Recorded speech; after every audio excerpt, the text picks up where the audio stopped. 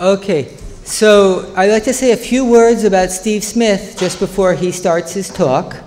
Well, Steve Smith is a well-known researcher in the field of psychology and related fields concerning creativity, in particular creative cognition.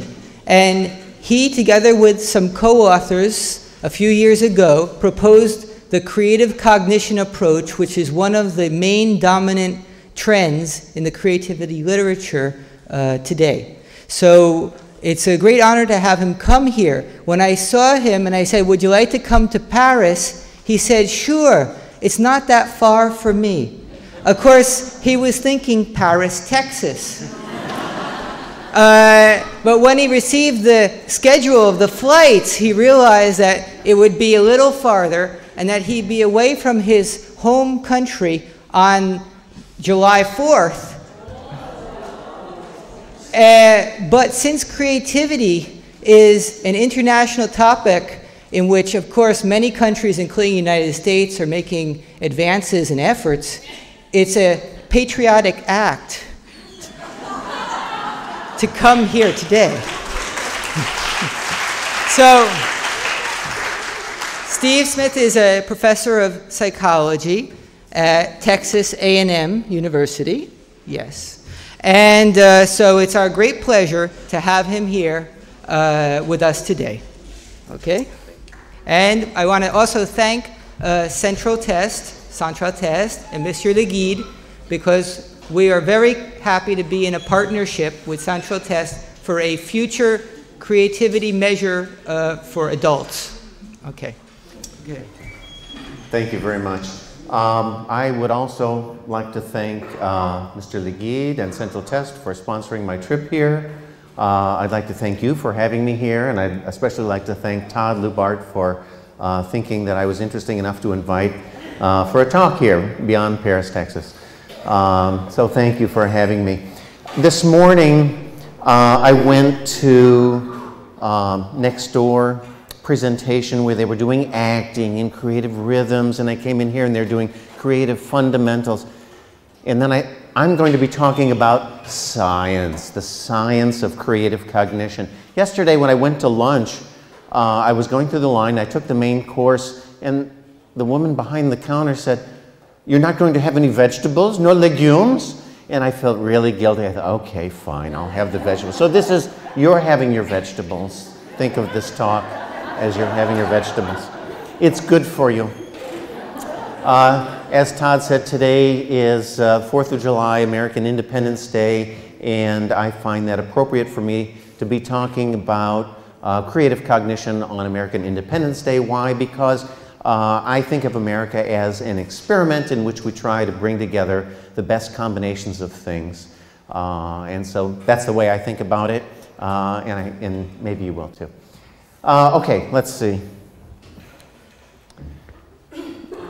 It's a good thing I brought this list with me. Today I'm going to be talking about a few topics in too much detail. First, some general issues about creativity. And as Mr. Le Guide said, I will be talking, among other things, about some paradoxes of creativity, at least that I find interesting. Then I'll talk about creativity and the mind.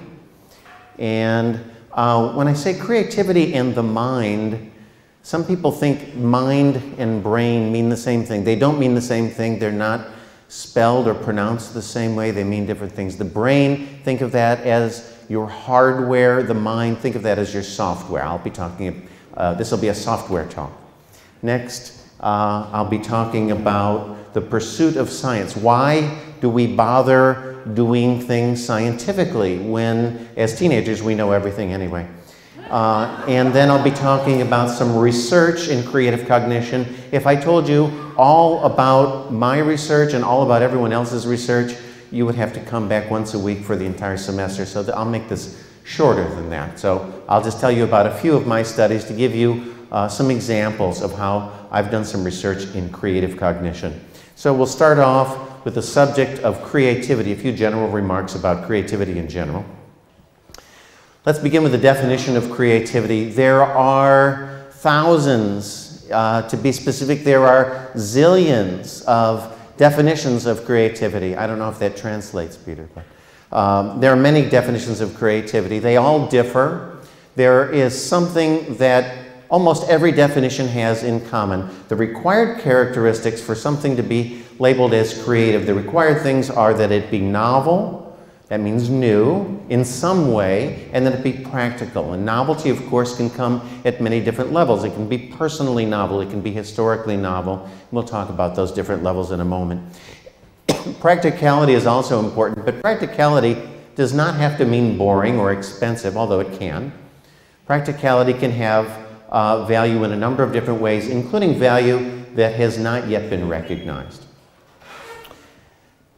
Instead of giving a fixed definition of creativity, my colleagues and I prefer to use what we call a family resemblance definition. A family resemblance, everyone in the family looks a certain way. Let's say most of them have curly hair and blue eyes and are tall and thin and that sort of thing. So a family has a number of shared characteristics, but it is not necessarily the case that any member of the family has all of those characteristics. And so the same is true of creative things. Creative things share a number of characteristics, but something that's creative doesn't necessarily have them all. So something creative is novel, it's practical, but we also find other characteristics such as meaningfulness, ambiguity, emergence, something that is emergent that refers to qualities that emerge as a function of combining elements, insightfulness, incongruity, flexibility, divergence. There are a number of other qualities. So there are shared characteristics, but anything creative at least has to be new or novel and has to have some value or practical application. There are many different levels of creativity. For example, there is the historic level, the societal level. There's creativity at the level of a paradigm, like a scientific paradigm or a movement in art or in music. There's institutional creativity, group, individual, task, process, and biological creativity. And the studies that I have done include several of these levels, including groups, individuals, tasks that we give people. I'll show you what some of those tasks are that we have in the laboratory. And when I talk about a process, I'm talking about a cognitive process. Cognition, cognitive simply means mental. It's a cool word, but it just refers to the mind. And one question that we may have is, if we learn something at one of these levels, does it have application at other levels? And I have referred to this as alignment. If you learn something at the process level or something that happens at a very simple task, is the same conclusion that you find in your research, is that same conclusion hold at higher levels? And so I've tried in my research to span several different levels of creativity to see if there really is some application value of the simple laboratory findings that I have at some more important or realistic level. There are a number of interesting paradoxes about creativity.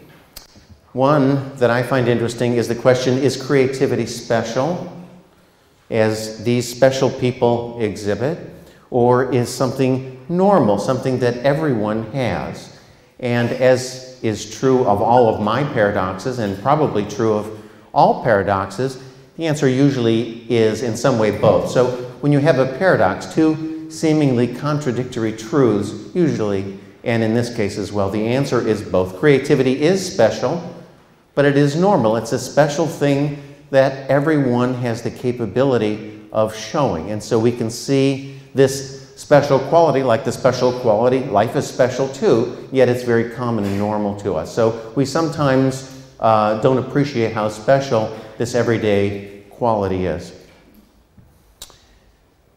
Next creativity paradox that I have is the question, is creativity domain specific? Is it specific for one area of endeavor, or are there general principles of creativity that span different areas, different domains? For example, art, business, engineering, invention, mathematics, music, sports. We see creativity in all of these different domains. Are there general principles that we can see across these different domains? Or is it the case that learning something about, for example, creativity in art or in science only applies to that area and doesn't apply to other areas? My answer is that both are true, but I focus on the general principles that span different areas and different endeavors in creativity. My next paradox for you. Does creativity involve imagination, which is crazy and wild, or practicality, which is very useful and earthly and perhaps even mundane? And of course, the answer is both. Something that's creative has to be both of these things. And it's when you can find something that's practical that is new, that's when it's creative, or something that is new that is also not just crazy and wild, but is also practical. That's creative. Some people confuse creativity with imagination. Imagination is just one component, one necessary component of creative things. Next, to be creative, is it the case that we must use prior knowledge? Do we have to stand on the shoulders of giants? Sir Isaac Newton said, if I see more clearly than others, it's because I stand on the shoulders of giants. He uses the knowledge that others before him have generated. Or is it the case that to be creative, you have to reject prior knowledge? Don't get stuck in a rut. Being stuck in a rut means you're stuck at using the same old ways that people have always thought of it. Now, if you just take old sayings, we want to stand on the shoulders of giants. That means we have to use what people have discovered before us. Or don't get stuck in a rut. Don't use what people did before you. These are contradictory. Which one is true? How can you know which one is true? The answer, someone was going to raise their hand and tell me, but I think the answer is that sometimes one is true and sometimes the other is true.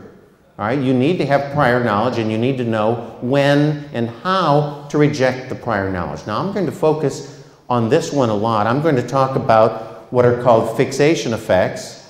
And in fixation, you get stuck in a rut. You get stuck on ideas from prior knowledge. Where does the prior knowledge come from? It might come from your long-term experience. It might come from something that's happened to you recently.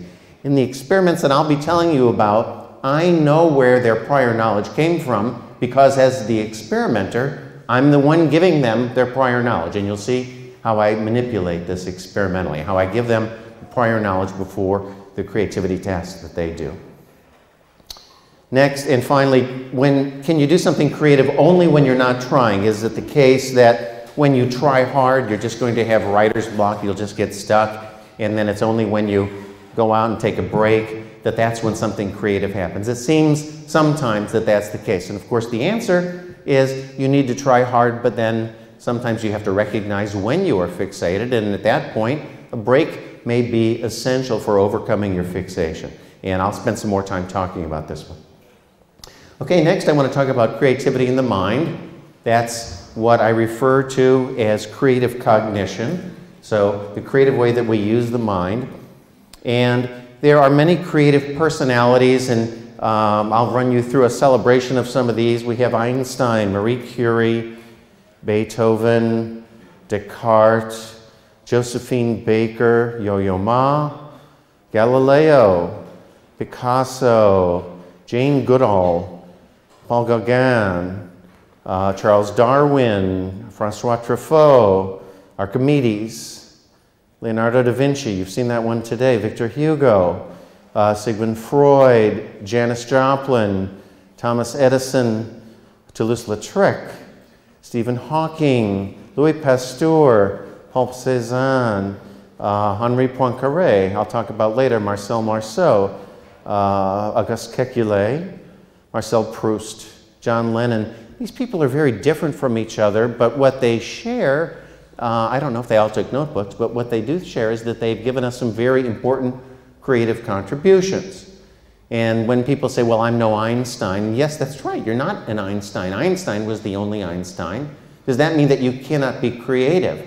I don't think the answer is yes. I think the answer is that you can be creative. But if all we do is worship these creative personalities, and I want to give them their due, they are really wonderful and inspiring, but how did these people achieve their accomplishments? How did they do what they did? How did their great ideas and their creative ideas, how did those come into their head? That's the central question of my research. How do ideas come into your head?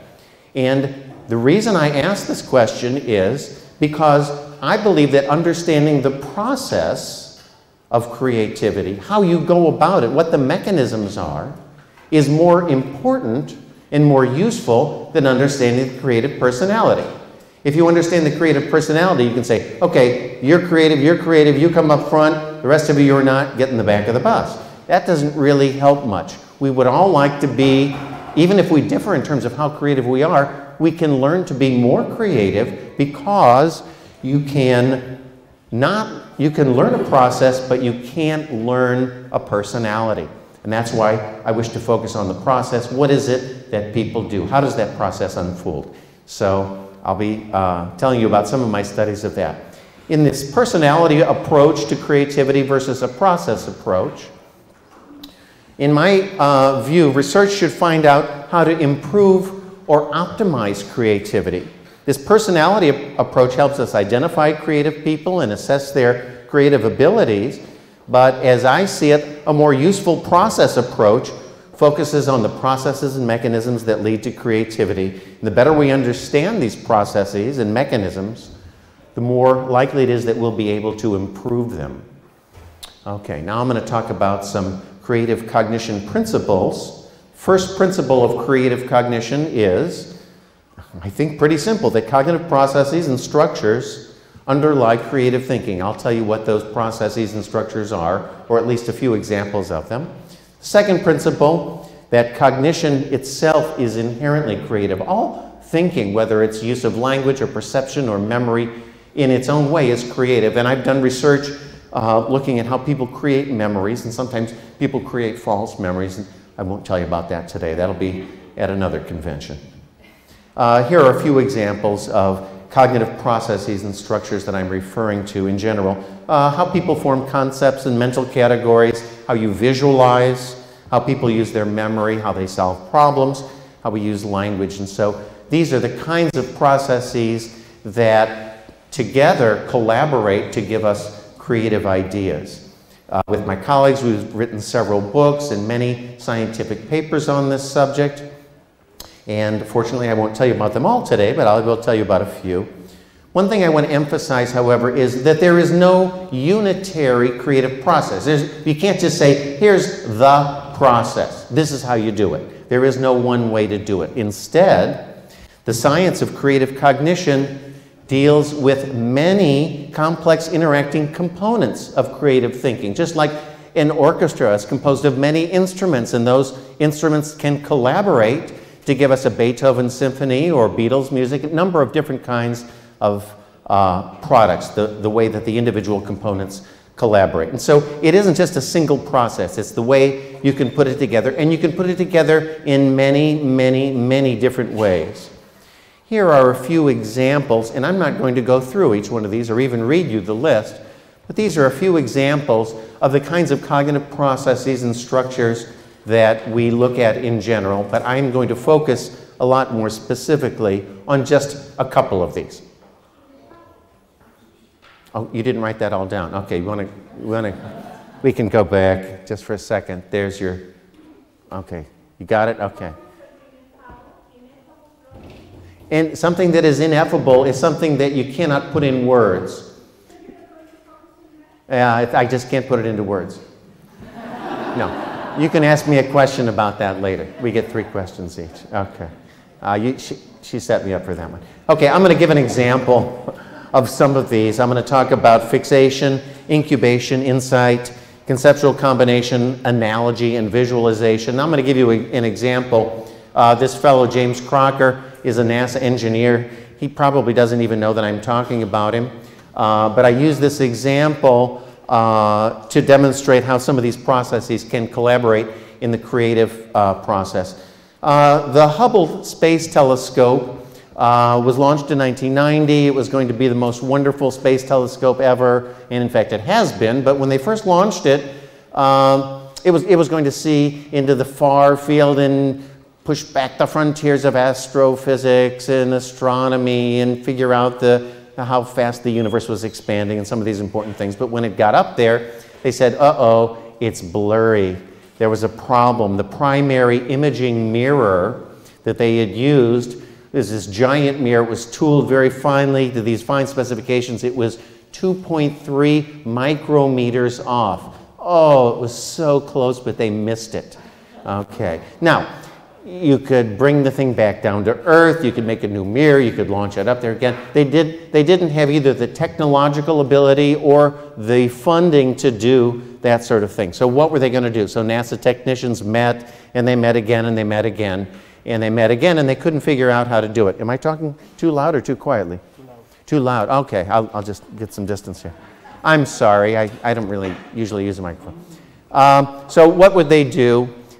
This demonstrates the first stage, which is sometimes called fixation and is illustrated by beating your head against the wall. In fixation, you get stuck. It's sometimes thought of as spinning your wheels. You keep trying, but it just isn't working. And after still another fruitless meeting, NASA engineers were meeting in Germany, and they said, we don't know what we're going to do. And so at that point, they said, let's take a break.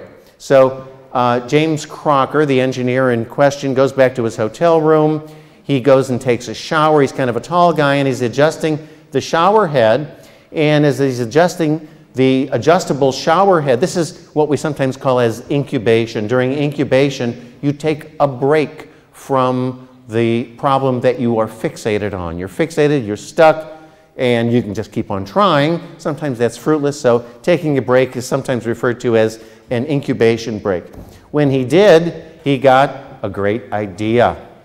That great idea took the form of a conceptual combination, a combination of two concepts, the concepts of this adjustable shower head with eyeglasses. He said if we could have corrective lenses that we could put on the Hubble's visual inputs, using it as an analogy, thinking of the Hubble seeing in space like the human eye and correcting its vision, a spacewalking astronaut could go out there and just put on these little adjustable corrections rather than getting a whole new mirror. And they visualized how that might work, and a spacewalking astronaut, in fact, was able to do that, and the problem was solved. And now we've had many years now of wonderful images coming back from the Hubble Space Telescope. So this is just an example of how we go through these different processes of fixation, incubation, insight, conceptual combination, the use of analogies, and visualization. These are all examples of cognitive processes that collaborate, in this case, in a particular way, to give us creative solutions. Okay, now, I want to talk about the pursuit of science. This is a digression, but we believe things for many reasons. There's a number of methods we use for believing things. One is the method of authority. You believe things because an authority, someone you trust, told you it's so. Okay? So that authority. Another reason is intuition. It just seems right. We're not sure exactly why. Someone asked, what are ineffable processes? Intuition is an example of an ineffable process. Something you can't quite put it into words, you just feel that it's a certain way, and that's why you believe it. You might believe things because of your intuition. You might believe things because of logic. It makes logical sense. That's why it's true. You might believe things because of your personal experiences and your personal observation. It's happened to you personally. That's why you believe it's true. And the last on my list is the method of science. Science involves observation, but it is systematic observation, systematic tests and observation and generalization, and then another test. Now, which of these methods can be wrong? And the answer is every single one of these can be wrong. An authority can tell you the wrong thing. They won't admit it. They'll say, I never said that. Okay. They don't correct themselves very easily. Otherwise, they lose their authority status. Intuition doesn't correct itself. Logic doesn't correct itself. If you apply the same logical solution over and over again, you get the same logical conclusion, and if it's wrong, you get the same wrong conclusion again. You're putting the wrong information into it. If your personal observation leads you to the wrong conclusion, there's nothing inherently self-correcting about that, but the method of science is inherently self-correcting. The method of science, once you get an answer to your scientific investigation, the idea is that really true? Let's test it a different way. Let's see if it's true in another test. Let's try another test. Maybe we forgot to check the control condition, and so on. So science inherently is supposed to be self-correcting, and that's why I've applied the method of science to the study of creativity. Rather than just taking somebody's word about it, or what seemed intuitive or logical, I'm interested in looking at what does science have to say about this, systematic test and observation. So science, in case you don't know, refers to, among other things, a body of knowledge, but science also refers to a method, and I'm going to focus on this second one, the scientific method. The scientific method refers to a number of things that repeat iteratively, including naturalistic observation. You see what's going on out there in nature. An explanation, also known as a theory. A theory explains and predicts. The predictions take the form of testable statements called hypotheses. So you have a hypothesis, a testable statement of a theory.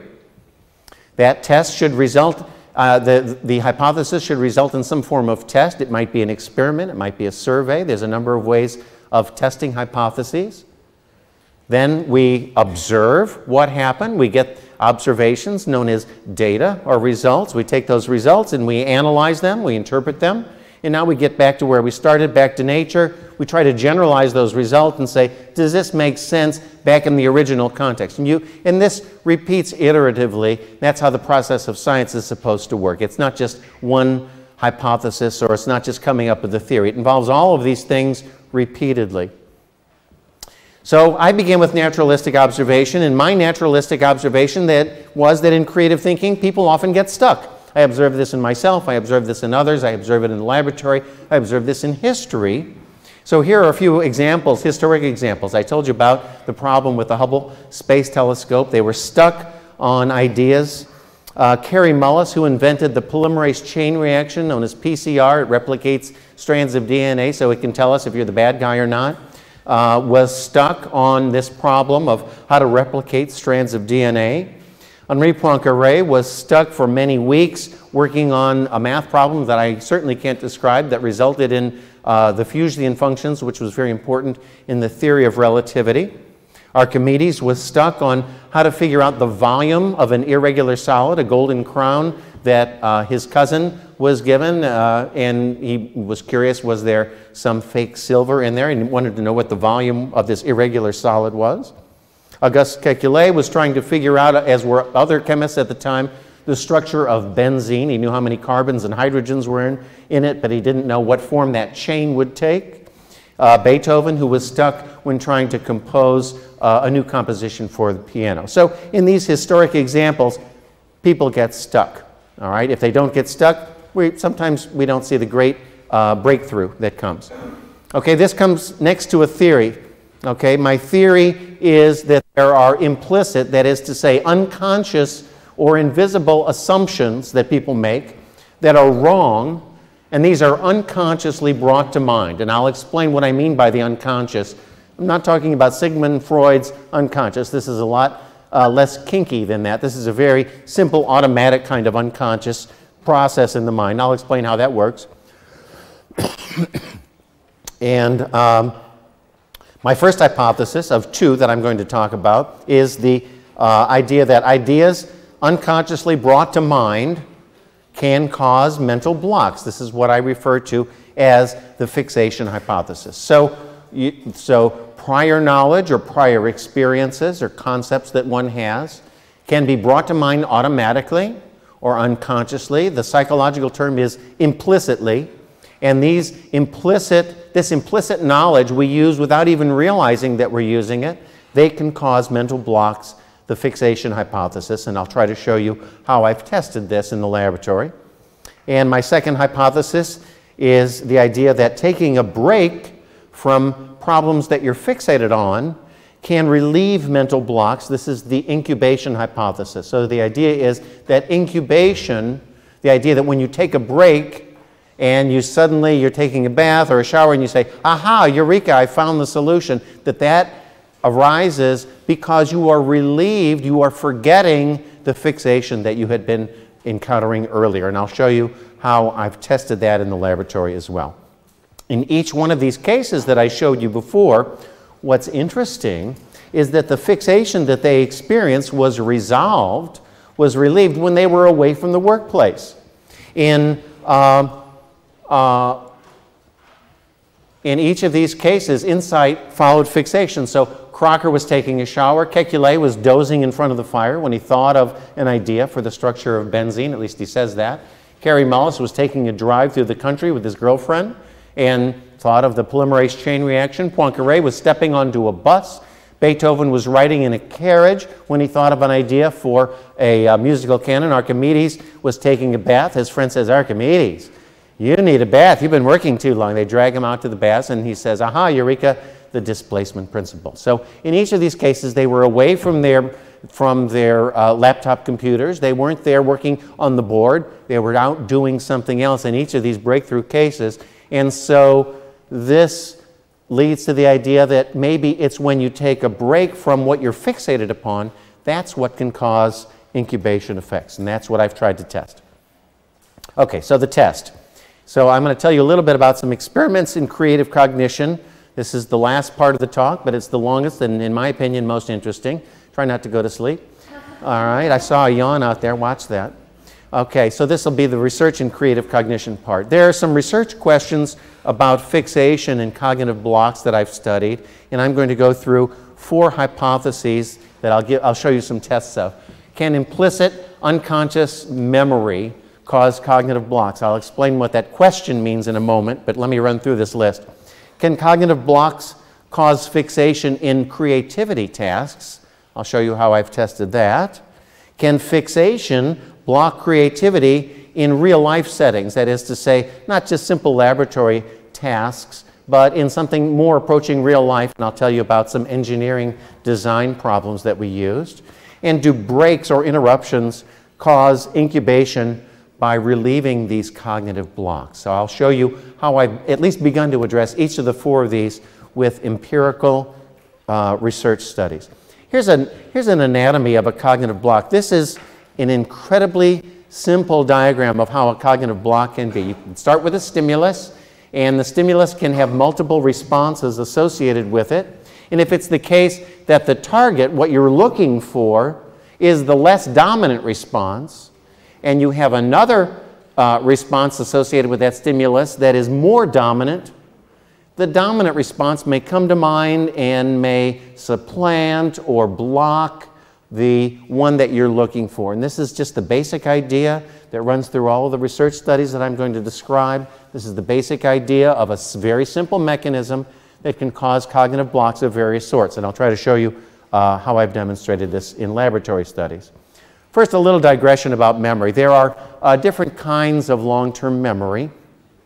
The one that we're most familiar with, cognitive psychologists refer to as explicit memory. Explicit memory, think of it as your normal, conscious, long-term memory. When you bring a memory into mind, if you're trying to remember what your address is or how you got here this morning, that's conscious, normal, explicit memory. Another kind of memory is referred to as implicit memory. This is an unconscious form of memory. Again, not a Freudian unconscious, but just an automatic. Think of it as sort of a mental reflex. In implicit memory, it works automatically, involuntarily. A reflex just comes to mind because of prior knowledge.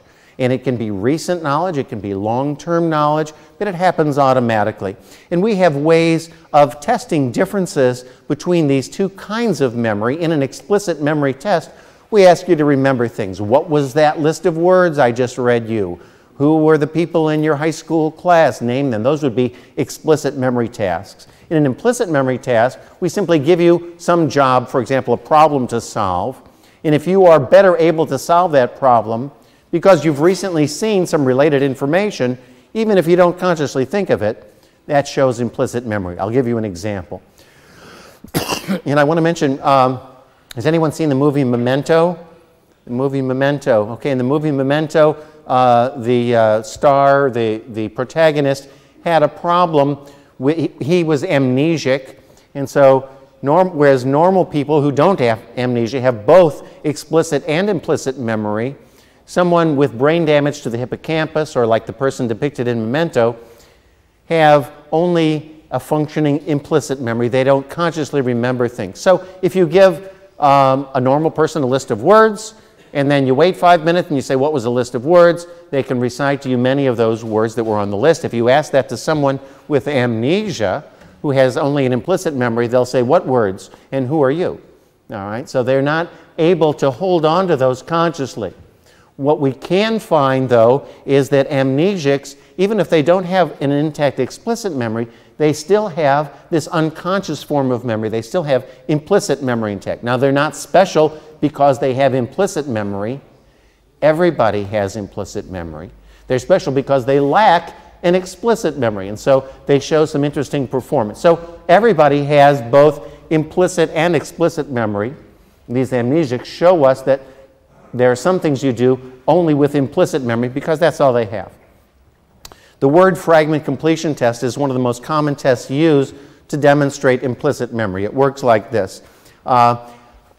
These are in French, so I may need some help. Can you read these for me, please? What is this? Thank you, Senator. These are French words, right? Very good. Okay, so after you read a list of words like this, if you ask a normal person what was that list of words, they might give you some of them back. If you ask the amnesic, they'll say, I don't remember any words. I don't even remember who you are. Okay, you say, never mind, never mind. Here are some word fragments. Okay, whoops, got to push the right button here. Here's some word fragments. What are these? Okay, so you just tell me, what is this one? Very good. Very good. Good. You're not so good. What's this one? Okay, now you've just seen these three.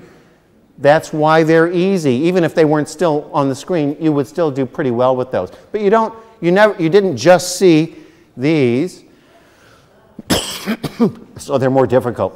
Okay, so why? It's because your implicit memory furnishes these answers because you've just recently seen them. Someone with amnesia cannot remember this list of words when you ask them what were the words, but if you say, what's the answer to these word fragments, they'll get the top three, they won't get the bottom two. You can say, why did you get the top three and not the bottom two? They'll say, well, they were easier. They won't consciously remember it, whereas you might say, oh, we got the top ones because he showed them to us. So you have an explicit memory and implicit memory, but it's the implicit use of this recent experience that allows you to complete these word fragments. So this is a very common test of implicit memory. I did not invent this test. It's been used by many hundreds of studies. And so if you see this word fragment, I've created memory blocks by giving people these word fragments. The dominant response has to do with the word that you've just seen. The correct response is not the dominant response. What's the correct answer to this word fragment? Allergy. Okay, so some people don't get that because what's coming to mind is the word analogy. Okay, now here are a few that I've tried to construct in French just for this talk. Okay, so the correct answer is not the one that you've recently seen. Here's another example. If you've just seen fatigue or fatigué and you get this fragment, you can't do it as well because the right answer is cheese. If you get this one, you won't get the answer. The right answer is a little bit different. And so what I do is I'll show people a word, give them a word fragment that cannot be completed by that word, but is by something that is very similar. Here are the English versions of the ones that I've used. So if you show people this list of blockers and you give them this list of word fragments, they don't do very well at getting these solutions. I'm going to show you some results of an experiment, a couple of experiments that I've done using these. These are called implicit memory blocks, and so they unconsciously, automatically, or implicitly pop into mind, okay, without any conscious, voluntary, deliberate action.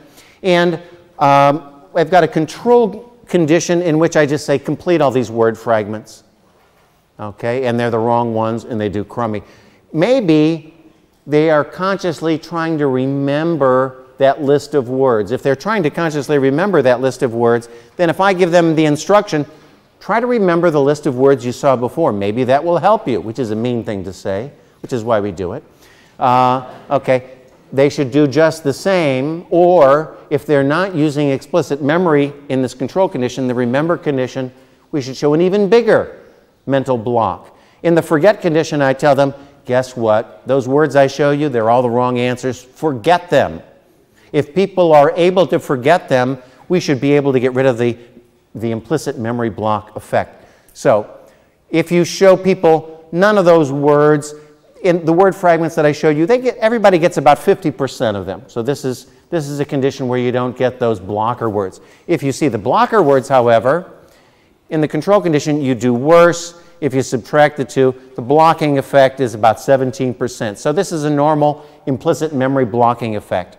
If I tell people, remember that list of words, that'll help you, which of course it doesn't, that gives us an even bigger blocking effect. So this is just implicit memory. This is implicit plus explicit memory, conscious and unconscious together. What if you tell people, forget that list of words, don't think about them?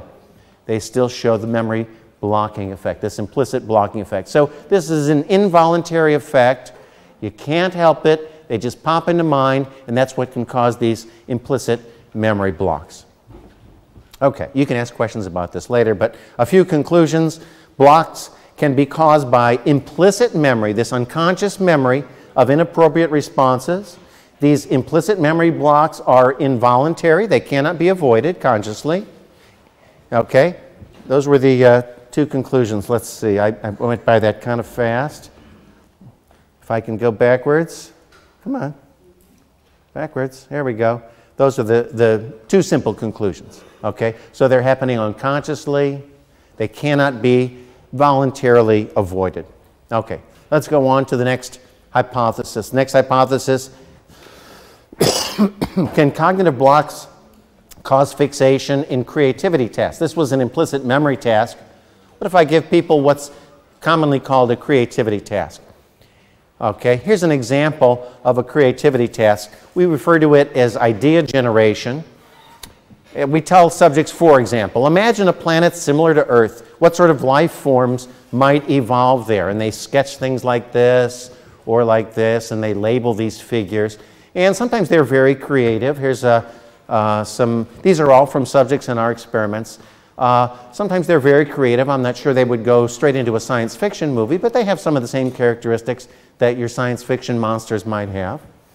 Okay, so people come up with these. What would happen then if, before we gave people this task, first we showed them some examples? Would those examples block their creative ideas? Or would they just give us ideas similar to the examples? Or would they be able to think of more creative ideas that were different from the examples? So in this experiment, we simply took a large group of subjects from the introductory psychology class, not experts at anything, and half of them we showed these examples. We said, oh, here are two different examples. We said, create, sketch, label parts of new toys you've never encountered before, or life forms that are on a similar planet to Earth. We showed them these three not very beautiful examples, and we said, here's some great examples from other subjects in our experiment. And then they looked at this for about 30 seconds, and then we said, okay, now make your own. And to another group, we showed them no examples. We just gave them the task, generate life forms for a planet like Earth.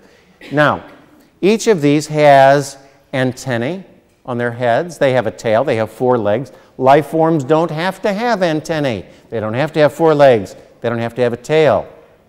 But once the subject had seen these, they were much more likely to generate ideas that had antennae, a tail, and 4 legs. Even in cases where they look kind of creative, they're still copying those features that they've seen.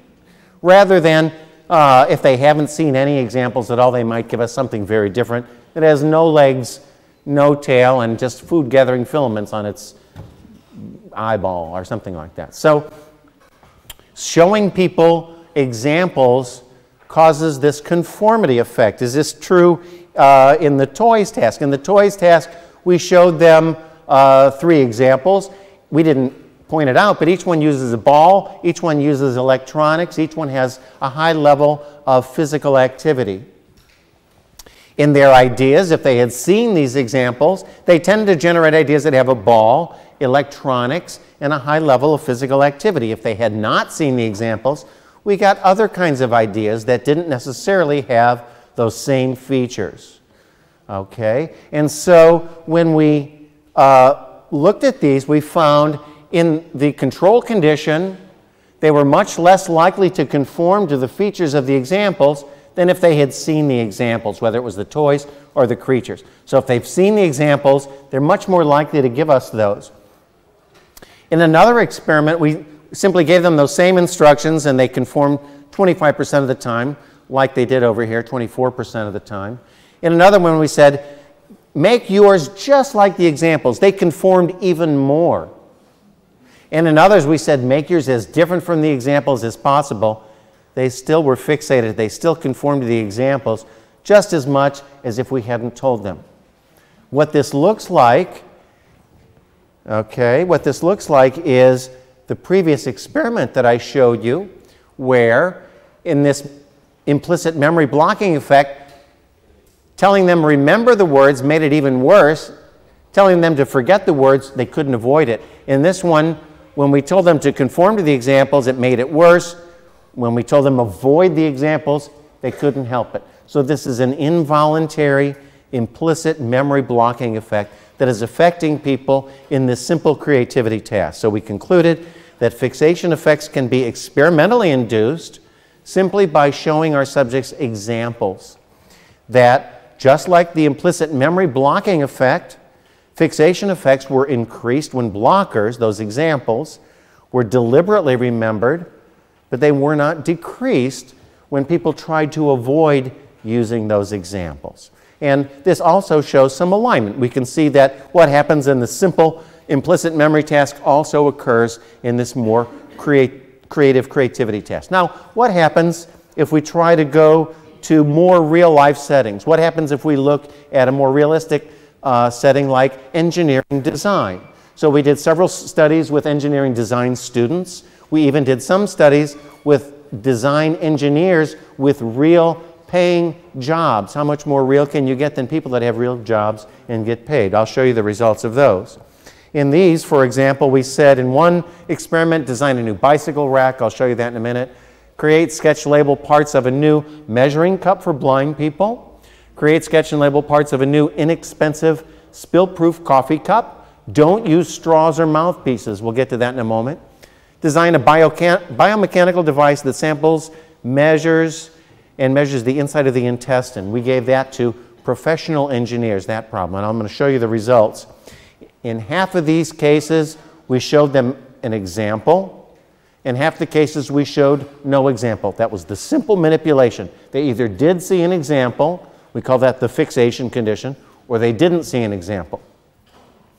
Okay, so the idea is if they've seen the example, they'll get stuck on the example. If they didn't see the example, they may give us more creative designs that avoid the features of our examples. Here's the example bicycle rack that we used. It has rails on the top. It's a top mount design. It uses suction cups to hold to the roof. Bicycle racks don't have to do that. In fact, that's not a very good design. But when we showed people this example, they were much more likely in the fixation condition to give us top mount designs, designs with suction cups, designs with tire rails, if they had seen the examples. Well, maybe it wasn't so obvious. What about the next one? What about design a new measuring cup for blind people? Half the people we showed no example, half the people saw this flawed example.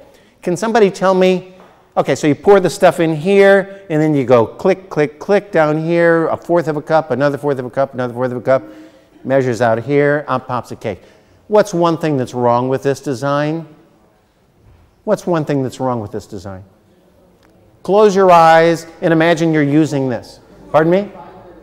Yeah, where's the bowl? Okay, the thing's going to spill all over the place. What's another problem? What if you need a third of a cup? It's not infinitely variable. You can't get a third of a cup out of this. Okay, those are two design flaws. Engineering design students are supposed to know that, but they didn't. If we showed them the example, they were much more likely to give things that were not infinitely variable. They forgot to take care of that overflow device, and this is the number similar to the example. So in another case, they conformed to the example, another case of fixation in a slightly more realistic task. What if we're more explicit? What if we said create, sketch, and label parts of a new inexpensive spill-proof coffee cup. Do not use drinking straws or mouthpieces. Why not? Can somebody explain why should you not drink hot coffee out of a mouthpiece or a straw? What's the problem? You will burn your mouth. You'll drink it out of the straw, you'll burn your mouth. That's it. Okay, why? When you drink hot coffee or tea or some hot liquid, you take in some air with it, it cools it as you go. That's why you don't do it. So, but we were explicit. We said no straws, no mouthpieces. Half of our subjects, however, saw this example, which, ta-da, has a straw and a mouthpiece. Also, it would leak. All right, so you wouldn't, this is a very lousy design. Yet, if they had seen this design, nonetheless, in the fixation condition, they're still giving us not only ones that leak, but ones that have a straw, ones that have a mouthpiece. They can't think of another way to solve the problem once they've seen the example. Why? The examples are implicitly, automatically coming to mind and supplanting more creative ways of doing this. What about real engineers with real jobs? We said devise this biomechanical device for measuring things in the intestine. There's some bad things about this design, some really bad things. Let's start with that cord. Where does that go in? There's only two choices and neither one is pleasant, all right? You can think about that. This opening is only on one side. Why not on all sides? Why do you need a control box? You don't need a control box. But the real, live, paid engineers, if they had seen this, nonetheless, gave us ideas that are more likely to have a cord. Yow! Everyone had a control box and were highly likely to give us only a front opening. They didn't solve that particular problem. So real-life engineers were susceptible to the same implicit fixation effect. So our conclusions from this were that fixation and blocking affects the creative conceptual design process. And we and others have since demonstrated this in a number of engineering settings. Even explicitly identified negative features of examples cannot be avoided in these tasks. This is more evidence of alignment that our simple laboratory studies may have something relevant to say when we place them back into the natural context of engineering design. Okay, finally, do breaks or interruptions cause incubation by relieving cognitive blocks? I'm going to go through this pretty fast. Here's an incubation flowchart. Let's say we start with a question, you initially fail, and you either continue work or you postpone the continued work, and then you resolve the conflict. That's an incubation effect. Okay, so you postpone the work rather than continuing to work. And so we have either continue work conditions where they initially fail on a problem, or we postpone